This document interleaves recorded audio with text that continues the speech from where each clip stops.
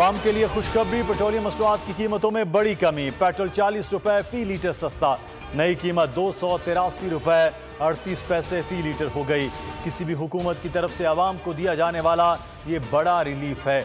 Dollar की कदर में मुसलसल गिरावट, सोने की कीमत में कमी, पेट्रोलियम प्राइसेस में कमी, गैर कानूनी मुआशी सरगर्मियों के खिलाफ मौसर कार्रवाइयाँ खुशाइंद इकदाम हैं जिनसे हालात में बेहतरी मुतवक्के है।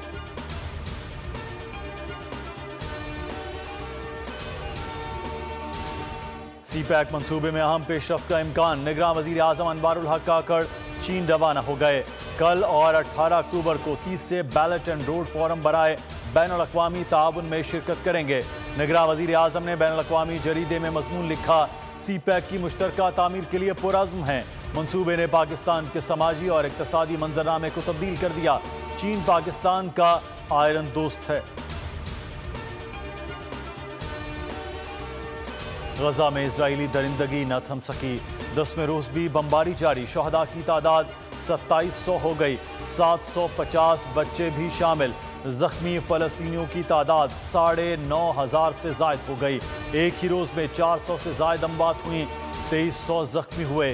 इजरायली फौज ने मैसूर शहर पर जमीनी हमले की तैयारियां मुकम्मल कर लीं। गोलान की पहाड़ियों पर लाखों फौजी टैंक्स और तोपें पहुंचा दी गईं।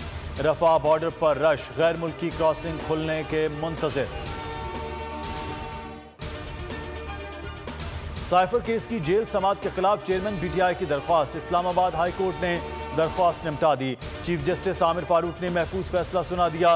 दरख्वास्त किस बुनियाद पर निपटाई गई, तहरीरी फैसले में वजूहात सामने आ गई। कुछ देर में तहरीरी फैसला जारी होने का इम्कान।